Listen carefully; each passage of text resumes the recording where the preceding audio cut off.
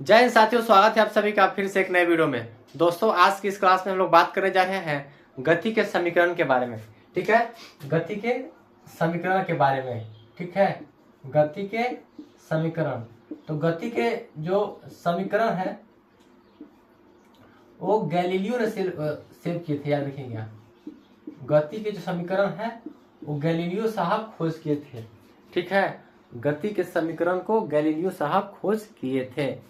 अब लेकिन अगर गति के नियम की बात की जाए, जो गति के नियम को हम लोग न्यूटन के नियम से जानते हैं, तो गति के नियम जो है वो न्यूटन साहब खोज किए थे। याद रखिएगा, गति के जो नियम है वो न्यूटन साहब, लेकिन गति के जो समीकरण जो है गैलीलियो साहब खोज किए हैं। ठीक है, और गति के जो नियम है 3 होता है, समीकरण भी 3 होता है। पर आज की इस क्लास में हम लोग बात करने जा रहे हैं गति के समीकरण के बारे में। ठीक है, तो देखिए, पहला होता है आपका क्या, पहला आपका होता है v। यहाँ देखिए v बराबर होता है u plus A T. v बराबर क्या होता है, u प्लस ए टी। गति का पहला समीकरण जो है क्या होता है, v बराबर u प्लस ए टी होता है। ठीक है, और दूसरा होता है s बराबर U T plus half A T square, दूसरा होता है समीकरण। और तीसरा समीकरण होता है v स्क्वायर बराबर यू स्क्वायर प्लस 2as। मतलब गति के 3 समीकरण होता है। कौन कौन सा होता है, एक याद रखना है कि v बराबर u प्लस ए टी, और एक याद रखना है s बराबर U T plus half A T square, और तीसरा जो है लास्ट v स्क्वायर बराबर यू स्क्वायर प्लस 2as। ठीक है, तो देखिए, अब v किसको बोलते हैं, u किसको बोलते हैं, a किसको बोलते हैं और t किसको बोलते हैं। तो देखिएगा, u बराबर होता है प्रारंभिक वेग। u किसको बोलते हैं, u बराबर होता है प्रारंभिक वेग। ठीक है, और v होता है अंतिम वेग। क्या होता है, v होता है आपका अंतिम वेग के नाम से जानते हैं। u को प्रारंभिक वेग के नाम से जानेंगे और v को अंतिम वेग के नाम से जानेंगे। s मतलब होता है क्या, डिस्प्लेसमेंट होता है। क्या होता है, डिस्प्लेसमेंट। डिस्प्लेसमेंट मतलब होता है विस्थापन। ठीक है, एस का होता है डिस्प्लेसमेंट होता है, याद रखिएगा।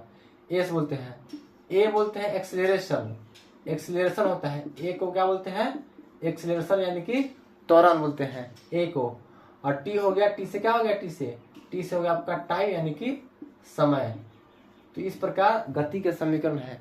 अगले वीडियो हम लोग बात करने जाएंगे कि गति के नियम क्या है। ठीक है, मोटा मोटी जान लीजिए कि न्यूटन के गति के नियम को न्यूटन का नियम भी कहते हैं। ठीक है, तो अगले वीडियो में हम जानेंगे। फिलहाल जानिए कि v बराबर यू प्लस ए टी होता है पहला समीकरण। दूसरा समीकरण होता है s बराबर U T plus half A T square, और तीसरा होता है v स्क्वायर बराबर यू स्क्वायर प्लस 2as। ये गति के समीकरण है। ठीक है, और u प्रारंभिक वेग हो गया, v अंतिम वेग, s डिस्प्लेसमेंट, a त्वरण, t से टाइम, इस प्रकार से हो गया। ठीक है, और जो आप लोग याद रखना है, कभी कभी क्वेश्चन आ जाता है कि v बराबर 10 मीटर पर सेकेंड हो गया। जैसे कि मान लीजिए कोई गाड़ी है, तो कोई बाइक चल रहा है, मान लीजिए आपके, तो कोई बाइक जो है उसका शुरुआती जो वेग है u, जो उसका वेग है वो 0 मीटर पर सेकेंड है, और उसका जो अंतिम वेग है 10 मीटर पर सेकेंड है। तो गाड़ी चल रहा है, मान लीजिए, ठीक है, गाड़ी चल रहा है, हाँ, 10 मीटर पर सेकेंड से। ठीक है, तो उसका क्या हो जाएगा, मान लीजिए कोई समय निकालना हो गया, कभी कभी त्वरण निकालना होता है, तो इस प्रकार से इसी फार्मूला से आपका निकल सकता है। इस फार्मूला से निकल जाएगा, v दिया रहेगा, u दिया रहेगा और टाइम दिया रहेगा, तो एक्सेलरेशन निकल जाएगा। ठीक है, तो आप लोग जो है इस तीनों फार्मूला से है किसी भी गाड़ी का चाल या अंतिम वेग, प्रारंभिक वेग, जो समय लगता है, आप लोग निकाल सकते हैं।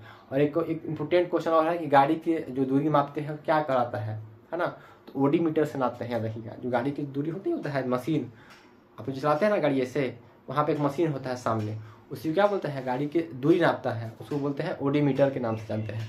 ठीक है, तो बाकी सब चीज़ आप लोग जो है ध्यान रखनी है, बात इस चीज़। ठीक है, तो इतना ही बात ध्यान रखना है। तो मिलते हैं नए वीडियो में, तब तक के लिए धन्यवाद, जय हिंद।